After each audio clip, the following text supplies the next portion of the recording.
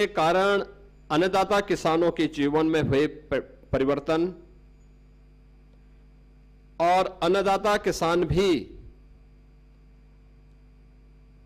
समाज और राष्ट्र की मुख्य धारा के साथ जुड़ते हुए आत्मनिर्भरता के लक्ष्य को प्राप्त कर रहे हैं। ये सब देख करके सुखद अनुभूति होती है।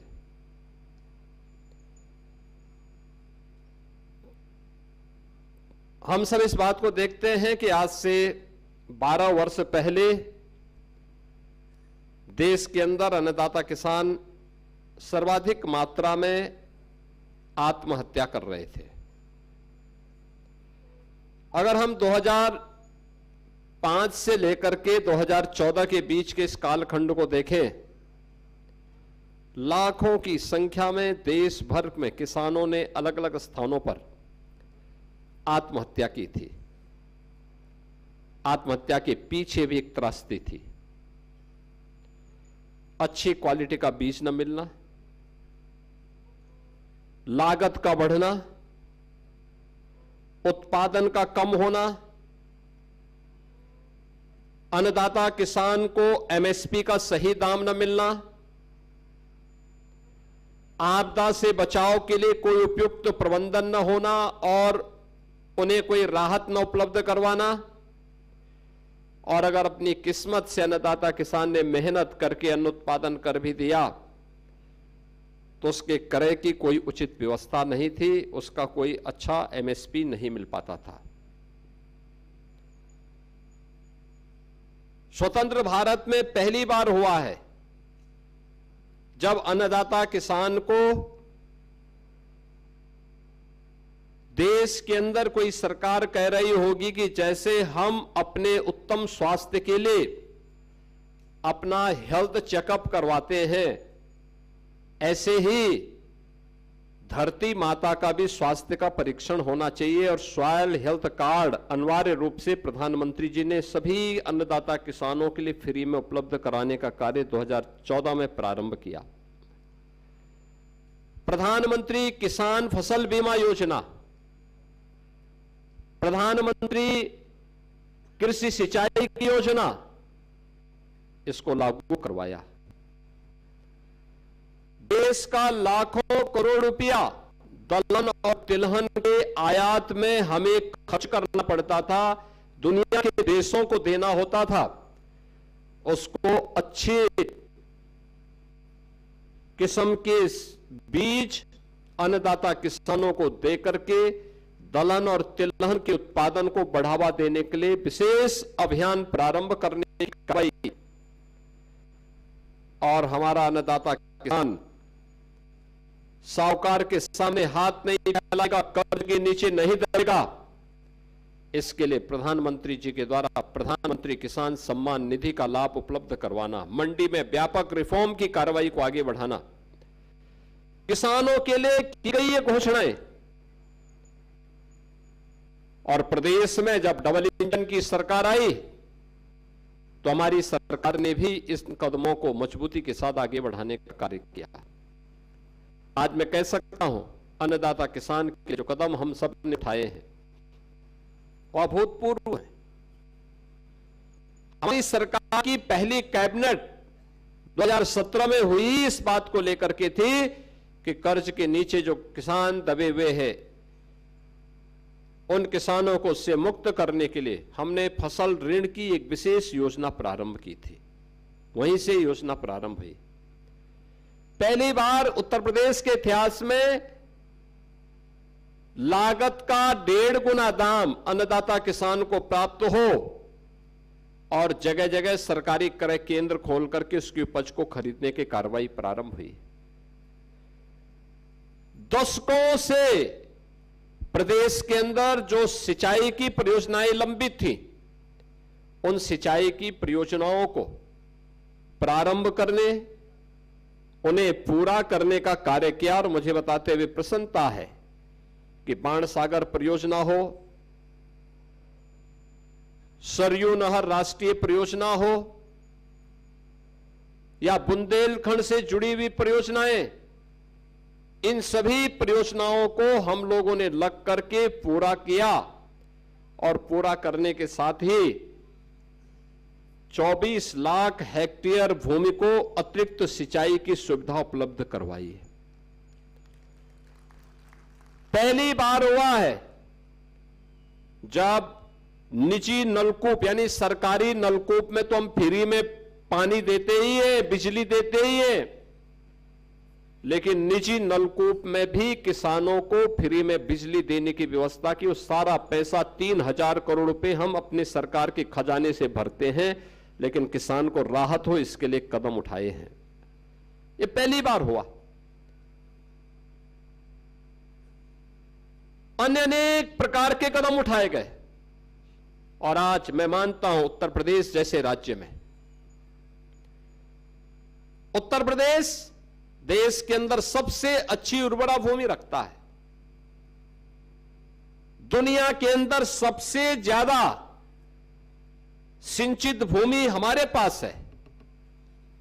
अगर हम इस भूमि को देखें कि कितना प्रतिशत, हमारा लगभग 86% भूमि सिंचित है। तीनों प्रकार की फसलें यूपी के अंदर आज के दिन पे ली जा रही हैं, रबी की भी, खरीफ की भी और जायद की भी।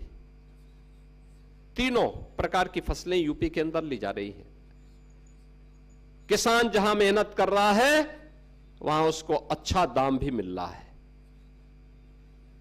लोगों ने मेहनत करना शुरू किया, अच्छा काम शुरू किया, आज परिणाम भी सामने आने शुरू हुए। लेकिन किसान, हमारे अन्नदाता किसानों की मेहनत का परिणाम हमारे सामने आया है। इसने उत्तर प्रदेश को समृद्ध राज्यों की श्रेणी में लाकर खड़ा कर दिया, बीमारूपन दूर कर दिया यूपी का। 8% से कृषि विकास की दर को लगभग 18% तक पहुंचाने में सफलता प्राप्त की है हमारे अन्नदाता किसानों ने। खाद्यान्न में आत्मनिर्भरता के लक्ष्य को प्राप्त किया। आज उत्तर प्रदेश देश के अंदर सबसे ज्यादा खाद्यान्न उत्पादन करने वाला राज्य है, जबकि क्षेत्रफल में यूपी देश के अंदर चौथे स्थान पे आता है। चौथे स्थान पर है, लेकिन सबसे ज्यादा खाद्यान्न उत्पादन कर रहा है, सबसे ज्यादा चीनी मिलों का संचालन कर रहा है, सबसे ज्यादा चीनी उत्पादन कर रहा है, सबसे ज्यादा इथेनॉल का उत्पादन कर रहा है, सबसे ज्यादा आलू का उत्पादन कर रहा है, वेजिटेबल का उत्पादन कर रहा है, सबसे ज्यादा दुग्ध का उत्पादन कर रहा है। ये इसलिए हो पाया है क्योंकि सरकार के साथ साथ अन्नदाता किसानों ने भी मेहनत करना प्रारंभ किया और उसका परिणाम हम सबके सामने है।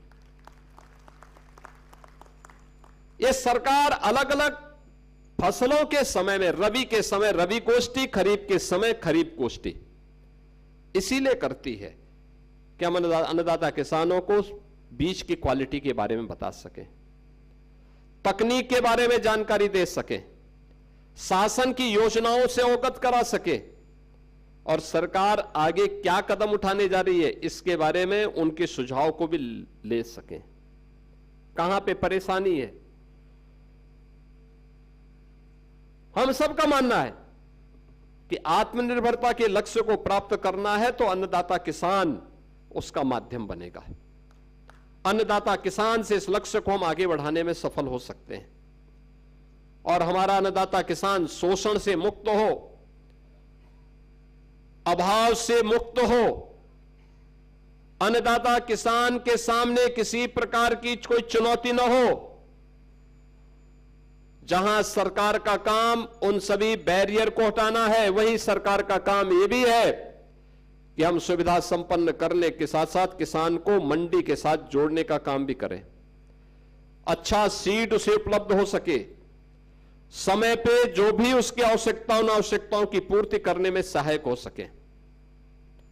और आज उत्तर प्रदेश जैसे राज्य में सफलतापूर्वक संभव हो पा रहा है। इस संभव का ही परिणाम है कि देश के अंदर लगभग 11% भूमि में हम 21% खाद्यान्न उत्पादन कर रहे हैं। यानी भारत की कुल कृषि उत्पादन की, कृषि योग्य भूमि की केवल 11% यूपी के पास है। आबादी 16 से 17% है, लेकिन खाद्यान्न हम इसी भूमि में उत्पादन कर रहे हैं 21% खाद्यान्न का उत्पादन हमारा अन्नदाता किसान पैदा कर रहा है। तमाम खाद्यान्न में, वेजिटेबल्स में, औद्यानिक फसलों में उत्तर प्रदेश आज देश को लीड कर रहा है। लेकिन इन सब के बावजूद हमारे सामने चुनौतियां भी हैं, और मुझे लगता है देश के अंदर कमोबेश बहुत कम ऐसे राज्य होंगे जिन्होंने किसान के साथ साथ किसान के जो सह किसान हैं, बटाईदार, उनको भी और उनके परिवार के सदस्यों को भी किसी भी आपदा में हादसे का शिकार होने पर मुख्यमंत्री कृषक दुर्घटना बीमा योजना से कवर करने का काम किया। हर वर्ष 1000 करोड़ रुपए हम खर्च करते हैं। कोई किसान किसी आपदा की चपेट में आ गया, अतिवृष्टि से, अनावृष्टि, किसी लू से, किसी आकाशीय बिजली का शिकार हो गया, वन्य जीवों के संघर्ष में शिकार हो गया, 5 लाख रुपए की सहायता अगले 24 घंटे के अंदर उस परिवार को उपलब्ध करवाने का कार्य सरकार करती है। देश के अंदर अन्य राज्यों में नहीं, हम यूपी के अंदर उपलब्ध करवा रहे हैं।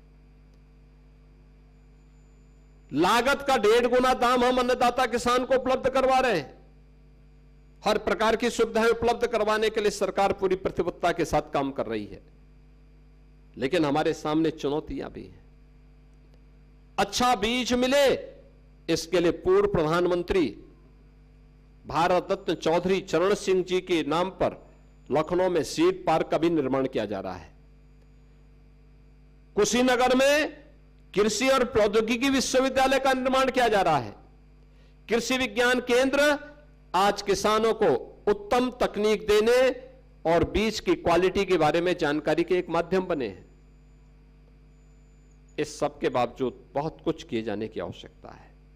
मेरा मानना है जितना हमने अपना उत्पादन बढ़ाया है, इस उत्पादन में अभी लगभग 3 गुना और हम वृद्धि कर सकते हैं।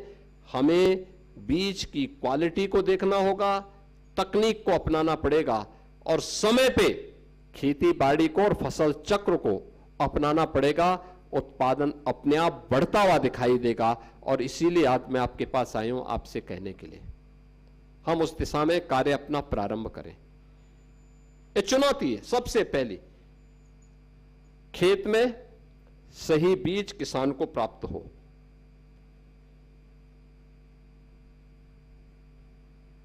उत्पादन का पहला कार्य यहां से प्रारंभ होगा। लागत को कम करने की तैयारी और उत्पादन को बढ़ाने की तैयारी।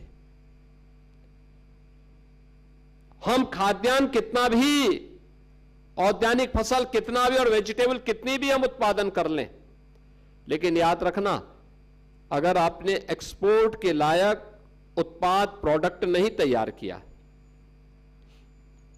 तो फिर आपको जितना मुनाफा होना चाहिए नहीं होगा। आप याद करिए ना, औद्यानिक फसलों में आम इसी समय तैयार होता है, यही सीजन है, आगे बढ़ता है। जुलाई में एक्सपोर्ट हो सकता था, लेकिन उसकी क्वालिटी पहले दिन से तय करनी पड़ेगी।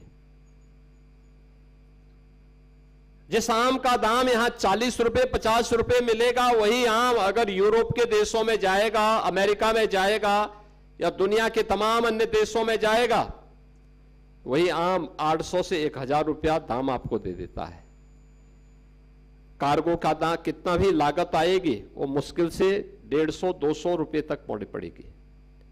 तो भी तो अगर 800 रुपए मिलता तो भी तो 600 रुपए का आपके 1 किलो में बचते हैं।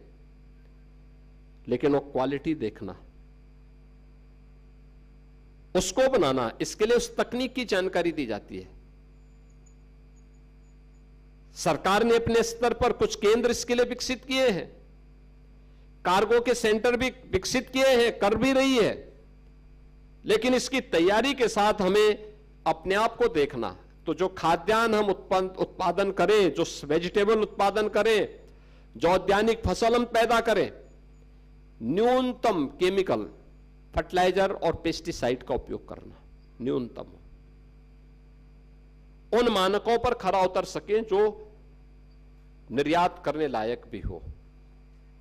और इसके लिए प्राकृतिक खेती एक बेहतरीन ऑप्शन है भारतवासियों के सामने। गौ आधारित खेती है ये। गौ माता के प्रति कृतज्ञता ज्ञापित करते हुए गौ माता की रक्षा भी होगी, लेकिन केमिकल फर्टिलाइजर और पेस्टिसाइड से आपकी खेती को बचाव करने के साथ साथ लागत को कम करने का भी एक माध्यम हो सकता है। हमें इसमें कार्य करना होगा। और कृषि आपसे बड़ा वैज्ञानिक कौन है? हमारा किसान तो व्यवहारिक जगत में स्वयं में एक वैज्ञानिक है। उसे पता है कब फसल बोनी है, कब करनी है, कब क्या करना है, लेकिन उसको आपस में तारतम्य के साथ जोड़ने की तैयारी है। अतिवृष्टि अनावृष्टि से बचने के लिए हमें अभी से मौसम विभाग के द्वारा दिए जाने वाले समय समय पर बुलेटिन को अपने साथ जोड़ना और उसके अनुरूप अपनी फसल चक्र को तैयार करना, ये सभी कार्य अगर हम आगे बढ़ा सकते हैं तो किसान की आमदनी बढ़ेगी। साथ साथ फसल की विविधीकरण की तरफ भी ध्यान देना, सहफसली लेना। गन्ना के साथ ले सकते हैं, अन्य फसलों के साथ भी, वेजिटेबल्स के साथ भी आप उसको ले सकते हैं। जो किसान कर रहा है अच्छा मुनाफा कमा रहा है और मुझे प्रसन्नता है उत्तर प्रदेश में किसानों ने इन सभी तकनीकों को अपने यहां अपनाने में कोई कोताही नहीं बरती, तेजी के साथ वे उधर बढ़े हैं। मुझे गत वर्ष मध्य यूपी में कई जनपदों में जाने का अवसर प्राप्त हुआ था और मैंने देखा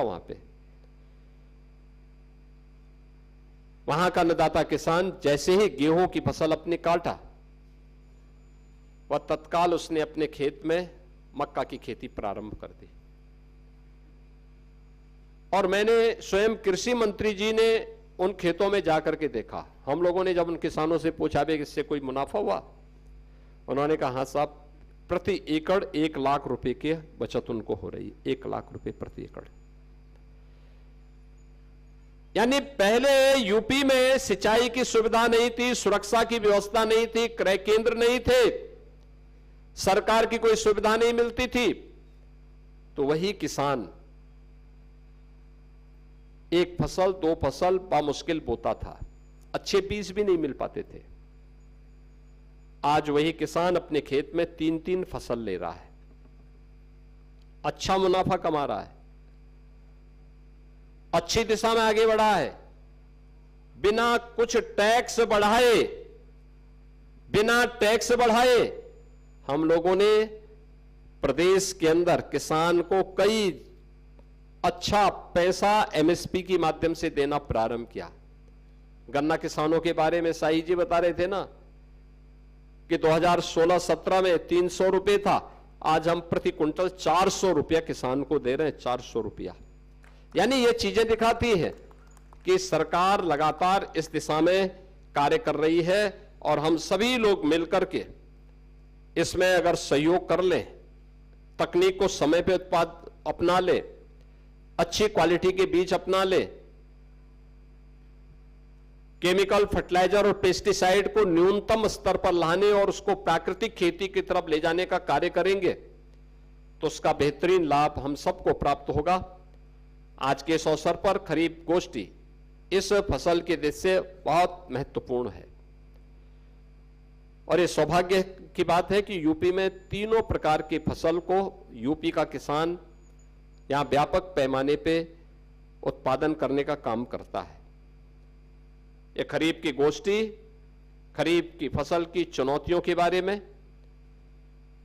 हमें तकनीक का उपयोग करते हुए फसल चक्र को ध्यान में रखते हुए जो भी परिस्थिति आपके सामने आती है उसका मुकाबला हम कैसे कर सकते हैं, क्योंकि इस बार मानसून औसत से कम दिखाया जा रहा है। हमारी रणनीति क्या होनी चाहिए? खरीफ गोष्ठी, उसमें आपको एक गाइडेंस का काम कर सकता है, सही दिशा देने का काम कर सकता है। इस विश्वास के साथ मैं आज के इस अवसर पर इस खरीद गोष्ठी में आए हुए आप सभी अन्नदाता किसानों का मैं प्रदेश सरकार की ओर से हृदय से स्वागत करता हूं, अभिनंदन करता हूं। कृषि मंत्री जी और उनकी पूरी टीम को गोरखपुर में 3 मंडलों की इस खरीद गोष्ठी के लिए हृदय से धन्यवाद भी देता हूं और विश्वास करता हूं कि आत्मनिर्भर और विकसित भारत के लिए आत्मनिर्भर और विकसित खेती किसानी ये आज की आवश्यकता है। और चुनौतियों के समय भी हमारा अन्नदाता किसान अपनी खेती बाड़ी से अपने आप को बाहर नहीं किया था। कोविड कालखंड में हमने आपकी ताकत को देखा है। आने वाले समय में भी हम उन देश के सामने, समाज के सामने आने वाली किसी भी चुनौती का मुकाबला इसी रूप में कर पाएंगे। इस विश्वास के साथ मैं इस खरीद गोष्ठी के प्रति अपनी शुभकामनाएं देते हुए वाणी को विराम देता हूं। आप सबके प्रति अपनी शुभकामनाएं देते हुए आप सभी का खरीद गोष्ठी में स्वागत करता हूं। धन्यवाद। जय हिंद।